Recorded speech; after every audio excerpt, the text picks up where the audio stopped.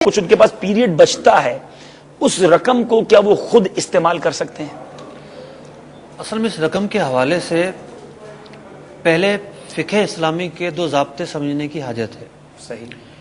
یعنی جب کسی کے پاس آپ کوئی چیز رکھواتے ہیں تو بسا اوقات وہ چیز عاریت ہوتی ہے۔ ٹھیک ہے۔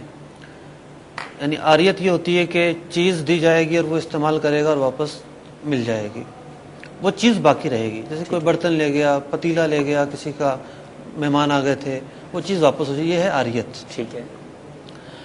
اور ایک ہے امانت، ٹھیک ہے کہ آپ جا رہے ہیں اور کسی کے پاس اپنا مال رکھوانا چاہتے ہیں تو اس کے پاس اپنا مال رکھوا کر چلے گئے۔ صحیح۔ امانت کے اندر سامنے والے کو استعمال کرنے کی اجازت نہیں ہوتی، ٹھیک ہے، اور وہ ایز اٹ از کنڈیشن میں اس سے اپنے پاس محفوظ رکھتا ہے۔ تیسری چیز ہے قرض۔ قرض کے اندر بھی چیز استعمال ہوتی ہے اور عاریت میں بھی استعمال ہوتی ہے۔ قرض اور عاریت میں فرق یہ ہے کہ عاریت میں چیز سلامت رہتی ہے، اسی شیپ میں موجود رہتی ہے۔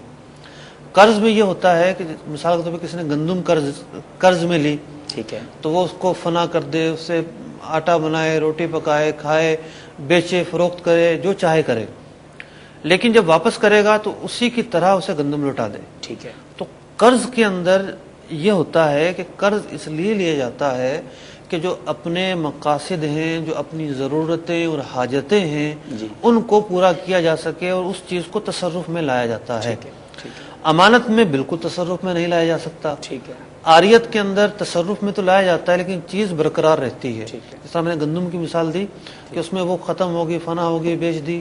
عاریت میں ایسا نہیں ہوتا۔ ٹھیک ہے، عاریت کو ہم سائڈ میں رکھتے ہیں، اب رہ جاتی ہیں دو چیزیں۔ ٹھیک ہے، یہ رقم جو جمع کروائی گئی یہ امانت ہے یا قرض ہے، اس کا فیصلہ میں اور آپ نہیں کریں گے، بلکہ جو باہم لوگ آپس کا لین دین کرتے ہیں وہ خود اس کا فیصلہ کریں گے کہ یہ کیا ہے۔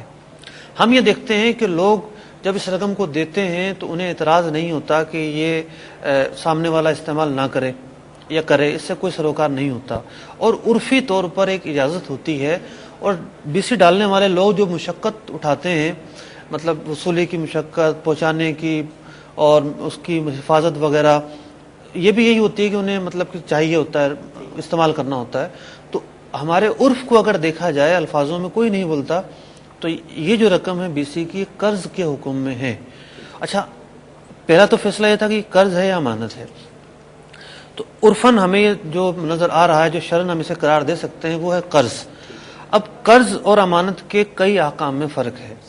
مثلا امانت اگر کوئی چیز ہو جسے شرعاً امانت قرار دیا جائے، اگر وہ ضائع ہو جائے، از خود آگ لگ جائے، ڈکیتی ہو جائے، چوری ہو جائے، تو اصل مالک کی ضائع ہوگی، اس پر کوئی تاوان نہیں ہوگا۔ لیکن قرض جو ہے بہر صورت لوٹانا ہوگا، قابل واپسی ہے۔ بی سی کے اندر ایسا ہی ہوتا ہے، کچھ بھی ہو جائے لیا جاتا ہے، وصول کیا جاتا ہے۔ تو بی سی کی جو رقم ہے یہ قرض ہے۔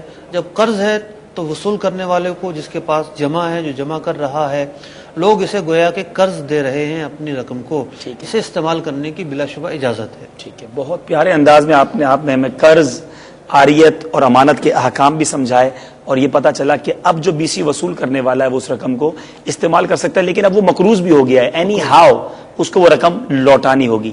حضور حج کا سیزن ہے اور دنیا بھر سے الحمدللہ حاجی تیاری کر رہے ہیں، اور بالخصوص ہمارے یہاں پاکستان میں تو بہت پہلے سے فارمز جمع کروائے جاتے ہیں۔ حج کا سیزن ان معنوں میں ہے کہ حج کے فارمز جمع کروائے جا رہے ہیں۔ پاکستان میں الحمدللہ حج کی اناؤنس ہو چکی ہے، تو کئی لوگ تمنا رکھتے ہیں حرمین طیبین جانے کی، تو حج پر جانے کے لیے بی سی ڈالتے ہیں، کمیٹی ڈالتے ہیں، تو کیا اس رقم سے حج کیا جا سکتا ہے؟ دیکھیے، دو صورتیں ہیں یہاں پر،